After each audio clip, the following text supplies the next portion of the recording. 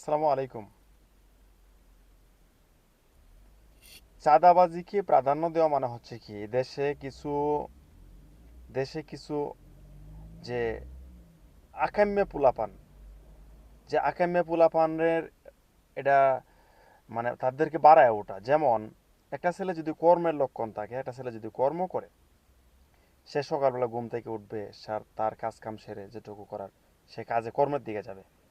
আর যদি চাঁদাবাজির সিস্টেম থাকে, চাঁদাবাজি করে, যেমন মনে করেন আপনি একজন লোক গেল কারণ বাজারে সবজি আনতে, বেচারা একটা ভ্যান নিয়ে গেছে অথবা ট্রাক নিয়ে গেছে, ওই ট্রাকের প্রতি সে 20 টাকা বা 50 টাকা বা 100 টাকা বা 500 টাকা চাঁদা নিল।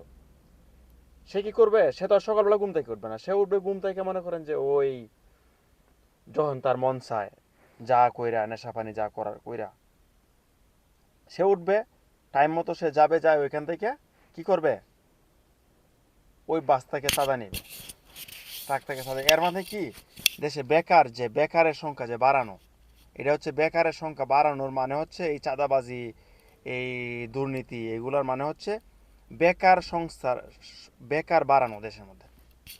আর আপনারা যদি নিজের দলের নেতাকর্মীদের বিচার না করেন বা বিচার না করতে চান, এর মানে হচ্ছে কি আপনাদের যে জনবল, আপনাদের যে জনমত, এগুলো কমে যাওয়া।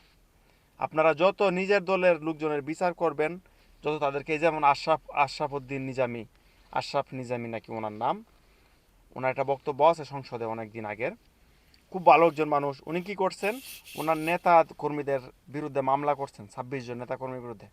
এটা নিঃসন্দেহে একটা প্রশংসনীয় কাজ করেছেন উনি, নিঃসন্দেহে এটা প্রশংসনীয়। ওনার মান সম্মান কমবে না মনে করছেন? ওনার মান সম্মান বাড়বে। এরকম 26 জন না থাকলে ওনার কিচ্ছু যায় আসে না। এরকম 26 জন গেলে গা ওনার বিরুদ্ধে 26,000 আইব ওনার পক্ষে।